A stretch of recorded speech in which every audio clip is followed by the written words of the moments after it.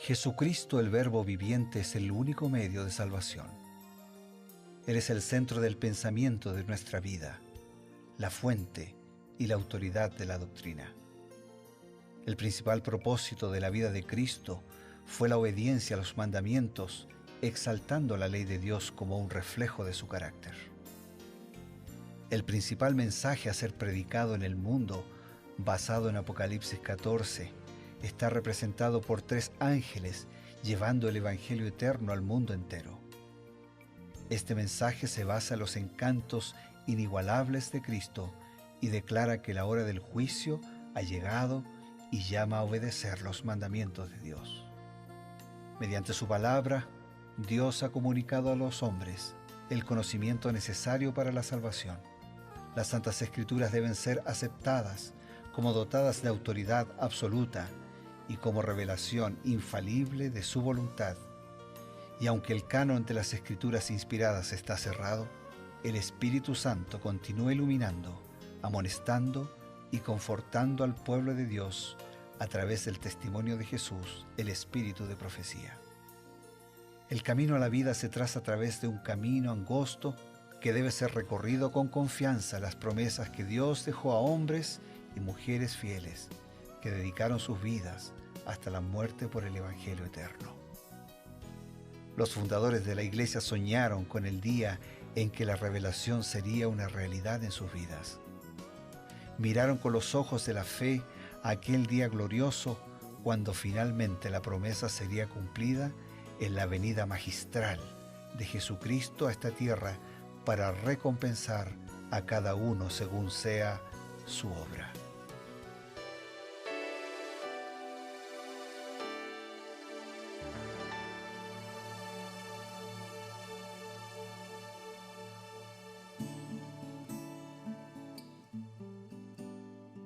Como cada día, queridos amigos, nos encontramos por medio de Nuevo Tiempo, la señal de esperanza, para poder tener unos minutos de encuentro con Dios, con su palabra y con el consejo inspirado del Espíritu de profecía. Cada día, al decirles bienvenidos, también deseamos que este consejo inspirado los motive, los ayude, los pueda sostener en la caminata diaria para poder así estar un día en la presencia de Dios, que es lo que todos los cristianos, los creyentes en Dios y en su palabra anhelamos. Para esta caminata diaria contamos siempre con la presencia de un amigo, ustedes ya lo conocen, y para quienes tal vez están sintonizando la primera vez aquí en Nuevo Tiempo este programa, le presentamos al pastor Bruno Razo. Muchas gracias, Pastor Eber Piñeiro, una alegría siempre estar contigo y la alegría es mayor porque no estamos solos, nuestros amigos aquí que nos acompañan con las grabaciones, las cámaras, el estudio, el control y sobre todo con todos nuestros amigos y hermanos que diariamente nos convocamos para un breve momento de reflexión. Hoy nos concentramos en Eclesiastés capítulo 8 y algunos comentarios especiales de Elena de Huay en relación a este capítulo. Así es, pastor. Eclesiastés 8 está tocando varias temáticas, como ya dijimos en los otros días.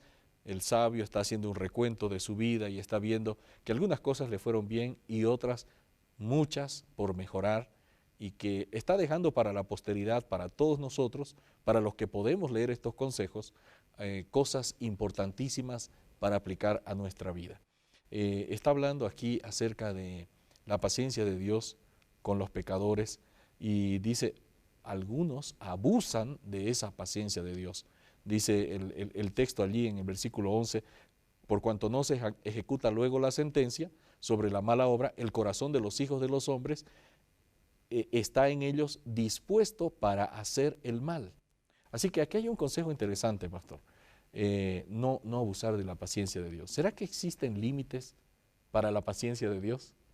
Muy buena pregunta, ¿no? Porque la paciencia es una expresión característica de Dios, como el amor es su esencia, pero también hay un límite, ¿no? Vamos a leer. En su trato con la raza humana, Dios sobrelleva con paciencia al impenitente. Usa sus instrumentos designados para inducir a los hombres a que sean leales y les ofrece su perdón pleno si se arrepienten. Pero como Dios es paciente, los hombres abusan de su misericordia. Por cuanto no se ejecuta luego sentencia sobre la mala obra, el corazón de los hijos de los hombres está en ellos dispuesto para hacer el mal. La paciencia y la magnanimidad de Dios, que debieran enternecer y subyugar el alma, tienen una influencia completamente distinta sobre los descuidados y pecaminosos. Los inducen a desechar las restricciones y los hacen más decididos en su resistencia. Piensan que Dios, que durante tanto tiempo los ha tolerado, no tendrá en cuenta su perversidad. Si viviéramos en una dispensación de retribución inmediata, las ofensas contra Dios no ocurrirían con tanta frecuencia. Pero aunque se demore el castigo, no por eso es menos seguro. Hay límites aún para la tolerancia de Dios. Se puede llegar al límite de su paciencia y entonces Él castigará con toda seguridad. Y cuando Él trate el caso del pecador insolente, no se detendrá hasta haberle dado fin completamente. O sea, Dios es paciente, puede esperar, invitarte una vez, suplicarte, buscar la manera de que agotar los recursos. Agotar los recursos, pero como no violenta tu conciencia, es tu decisión. Entonces, si lo rechazamos y nos abusamos de su paciencia y malinterpretamos su paciencia, llega el día en que Dios nos dejará librado a cosechar lo que nosotros hemos querido sembrar por nuestra cuenta. Si la paciencia de Dios no se expresara con límites, entonces Dios no sería justo, ¿no? Entonces, Dios tiene que ser justo y Dios es amor y es misericordia, pero es paciente también y la paciencia tiene un límite. Si después de todo el plan y la búsqueda, de la intencionalidad de Dios en acercarse a mi vida, en transformarme, en darme oportunidades renovadas, yo no las aprovecho, finalmente el Señor va a dejar que yo coseche lo que yo he sembrado. Al parecer hay un grupo de personas que toman la tolerancia de Dios como una debilidad y entonces la cita parece decirnos que ellos mismos se inducen a pensar que todas esas restricciones no son nada y como no hay castigo, entonces los hace, dice, más decididos en su rechazo, en su resistencia. Y bueno, parece que ese es el pecado contra el Espíritu Santo, ¿no? Cuando ya no hay ningún llamado que les alcance. Cuando hemos rechazado tan abiertamente, tan persistentemente, que llega el momento en que Dios deja de actuar, y si Dios deja de actuar, no tengo cómo reconocer ya más mi pecado. Aparentemente, Eber, no hay nada más simple que una excusa, pero en el fondo no hay nada más insuficiente que una excusa, ¿no? Claro. O sea, yo puedo poner una excusa y la gente pone excusas. Si Dios es muy justo, no, pero es un Dios arbitrario, duro. Si Él es muy amoroso, es un Dios flojo. Si Dios actúa rápido, pero este Dios es despiadado, ¿no? Y si Dios deja pasar, da lo mismo, ¿no? Entonces nosotros siempre buscamos excusas, pero no nos sirven las excusas. En el fondo, cuando uno usa excusas sabe que tarde o temprano no sirven. Gracias, pastor. Una pregunta que siempre se ha planteado mucha gente. ¿Qué va a suceder con aquellos que finalmente rechazan la gracia, la misericordia y llegan al final, ya cuando es el momento del ajuste de cuentas final? Elena de White escribió lo siguiente: la muerte de Cristo debería ser el argumento convincente y eterno de que la ley de Dios es tan inmutable como su trono.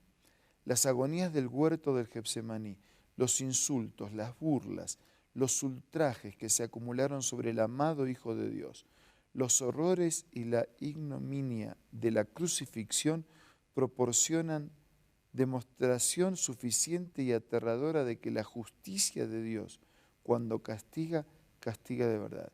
El hecho de que no hiciera una excepción con su propio Hijo, que se hizo la garantía del hombre, es un argumento que permanecerá durante la eternidad delante del santo y del pecador, delante del universo de Dios, para testificar que Él no excusará al transgresor de su ley. Cada falta contra la ley de Dios, por pequeña que sea, se registra en el cómputo de cuentas, y cuando se empuñe la espada de justicia, actuará en el caso del transgresor impenitente como lo hizo con el divino doliente.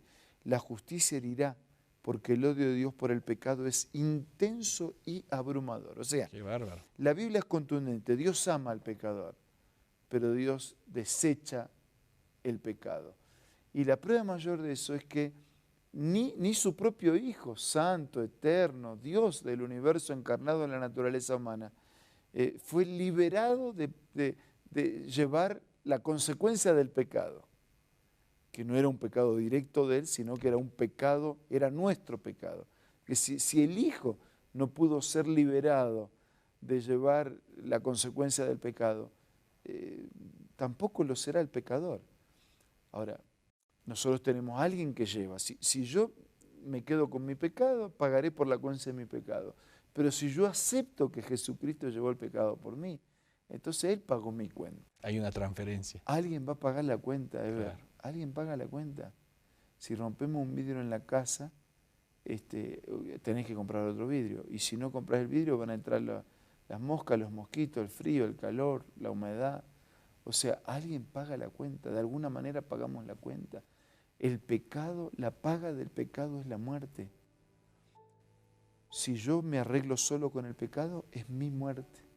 Ahora, si yo confío, deposito mis pecados en Jesús, Él paga mi cuenta.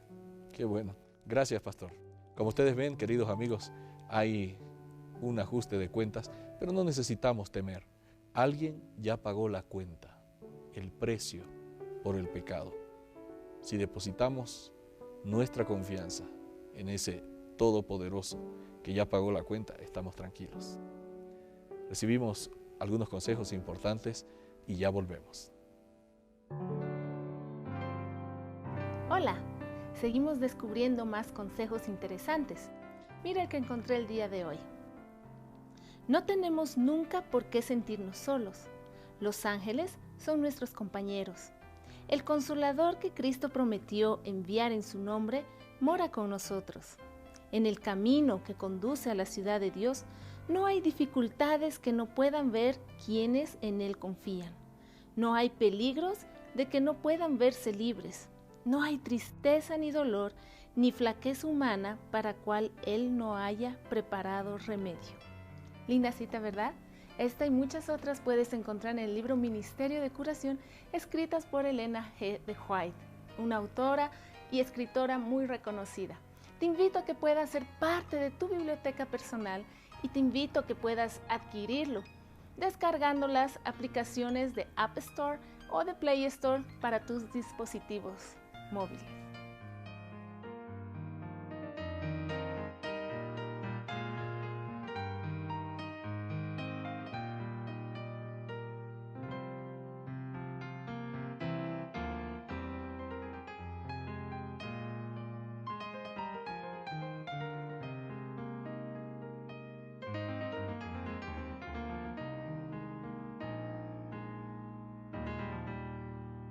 Queridos amigos, gracias por acompañarnos.